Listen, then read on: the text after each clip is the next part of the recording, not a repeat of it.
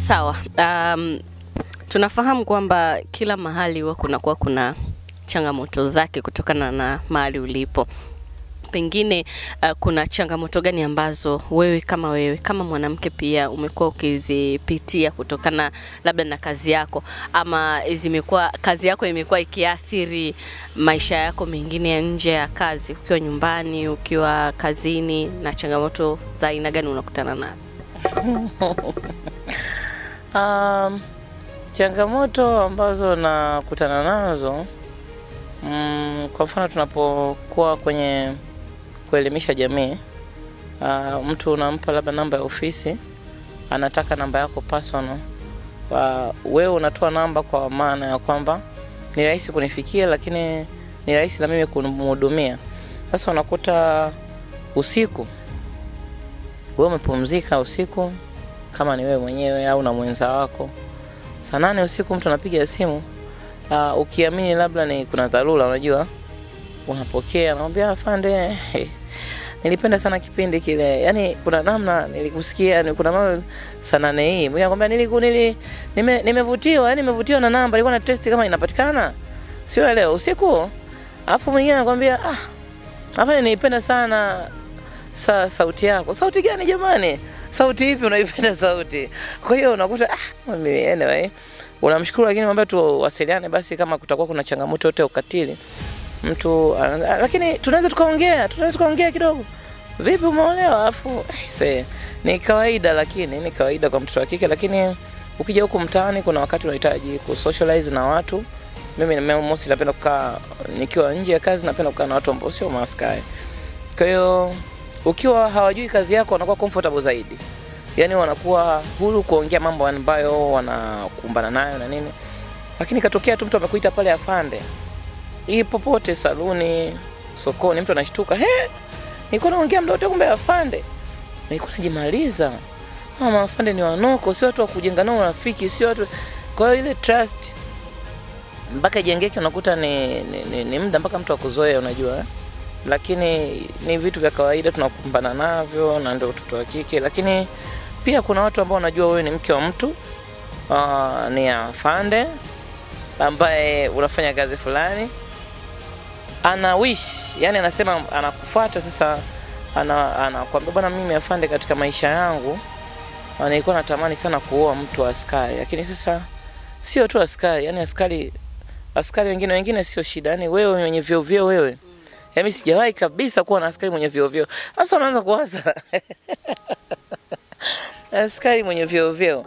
Unataka vyeo, anakutaka wewe ama vyeo vyako? Unataka vyeo, unataka askari. Lakini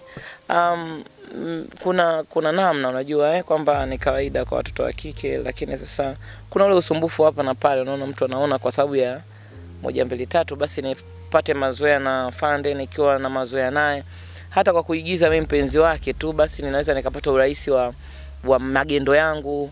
Jamani, maafande nao wanakuwa na ndoa, ni wake za watu. Kwa hiyo kuna maisha yetu personal. Kwa hiyo wasitake dawati tukaanza kutafuta madawati mengine. Na watu tulionao pia wana wivu. Na wivu, hizi kazi hazina muda. Yaani unapokea simu, mtu anaongea tu. Sasa unakuta mnaanzisha ugomvi wa usiku kwa sababu ya mteja. Kwa hiyo ni changamoto za kawaida ambazo tunakumbana nazo, lakini kadri na muda unavyozidi kwenda basi unajua namna ya kuzisolve. Changamoto hizo unazozizungumzia moja kwa moja zinaonesha kwamba zinaweza kuathiri mahusiano ama ndoa yako. Mume wako huwa anapokea kwa namna gani? Na imeshawahi kutokea siku una moja hiyo ilikuja ukashindwa kabisa hata namna ya kumfafanulia kwamba huyu mtu labda anauelewa mdogo au inakuaje? Kutokea mteja kunivurugia kabisa, hapana. Je, kutokea isipokuwa tu kuna ile namna ambayo mlikuwa labda mnapiga story au mlikuwa kuna issue yoyote inaendelea, kuna namna unaona mtu amebadilika, yani anaanza kwanza na uhakika gani kama huyu mtu ni mteja au ni mtu tu ambaye hivyo. Kwa hiyo haijawahi kutokea mtu akanivurugia kabisa, lakini mwanzoni ilikuwa ni changamoto, ila baadaye naye baada ya kuzoea akanielewa. Na unajua mambo ni kuwekana wazi tu, simu yangu simu yake, anaipakua anaangalia, anajiridhisha. So lakini sheria si inazuia kushika simu hata kama ni ya mume wako na nini? Yani kweli, lakini kama tu hujajalizia yeye. Kwa mfano mimi huwa nampaga tu, niangalizie nani, nisomee hiyo. Maksudi tu kumweka comfortable kwamba hakuna mtu mwingine zaidi yake, kwa hiyo hivyo.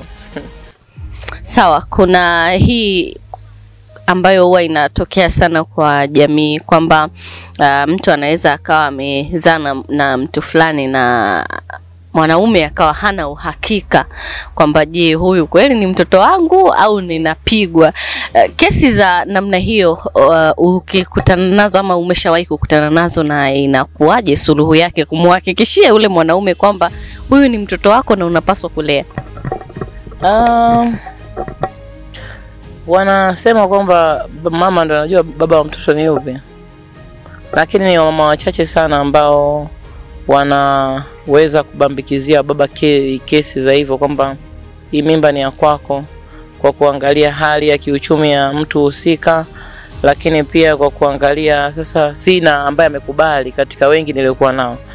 Hatukatai wapo mama wa hivyo, lakini sasa kwa kesi kama hizo tunazipokea, na zipo nyingi tu, ila uhakika zaidi wa mtoto huyu ni wa kwangu au sio wa kwangu, kuna utaratibu wake wa kuchukua vinasaba katika baba na mtoto, vinathibitishwa, kuna fomu unajaza, kwa sababu sisi dawati tunashirikiana sana ustawi wa jamii na hospitali.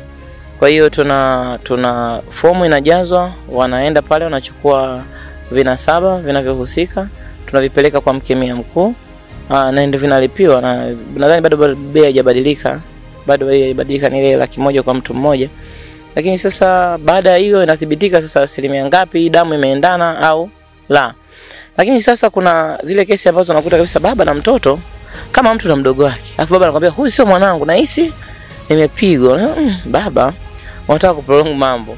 Kwa hiyo kuna zile namna, kunaweza ukathibitisha hivyo kitaalamu, lakini pia kama unaona kwamba ni gharama sana, itabidi ujikaze ule, kwa sababu ni mwanao. Sasa hakuna namna, wewe utafute pesa tukaiprove kisayansi, au mlee kwa shingo upande kwamba kama sio mwanangu kwa mwanangu. Kuna baba wengine ambao mwanamke wake akijifungua tu anamuita mama yake, anamuita bibi, anamuita shangazi, wanaanza kumkagua masikio, kucha, yani kwa hiyo yule nani, yani bibi au shangazi wanatoa jibu, huyu mwanetu huyo ngoja kuwekwe kidogo sura ije.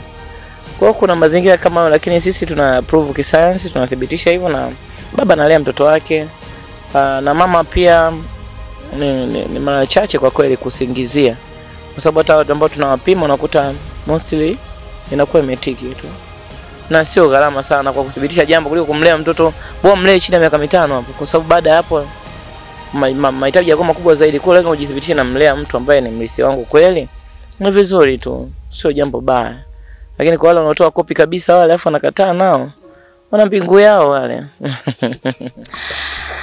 Sawa, tuwakaribishe watu polisi, tuwakaribishe watu dawati.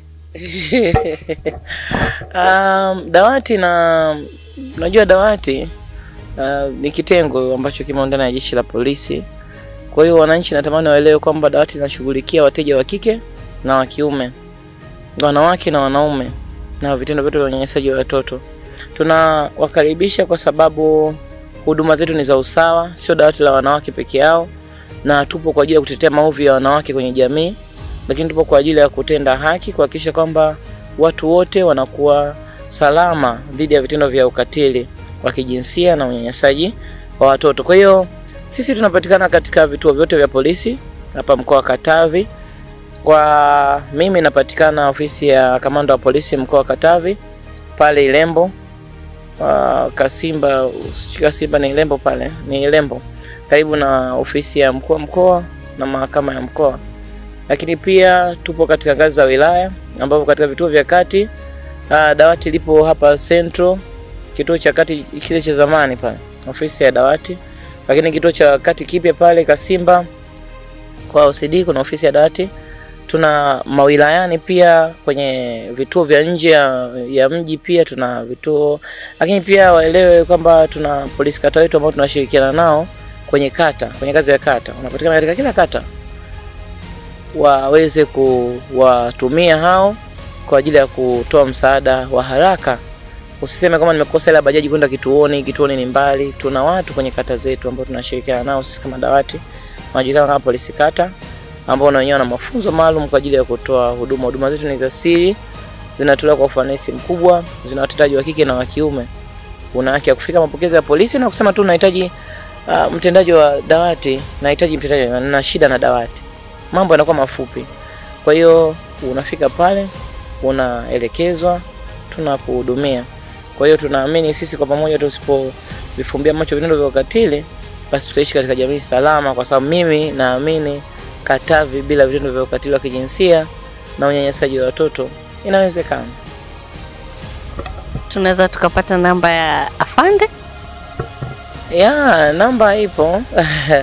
Namba yangu ni 0768 55 52 43. 0768 55 52 43.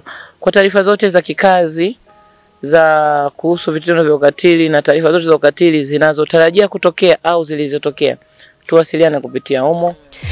Naam, hii ilikuwa ni exclusive interview na Inspector Judith Mbukwa kutoka kitengo cha dawati la jinsia na watoto mkoani Katavi, na niliokuongozea interview hiyo mimi ni Restuta Nyondo. Mpaka wakati mwingine, na interview hii imefanyika hapa na Ngero Royal Hotel. Kama unavyoona mtazamaji, mazingira yake ni mazuri, ni rafiki, watu tunapata vitu vizuri kama hivi, na maisha mengine yanaendelea. Ukiona una stress, unaweza ukafika na Ngero Royal Hotel ukaja kupumzika. Nani atafuata baada ya interview hii?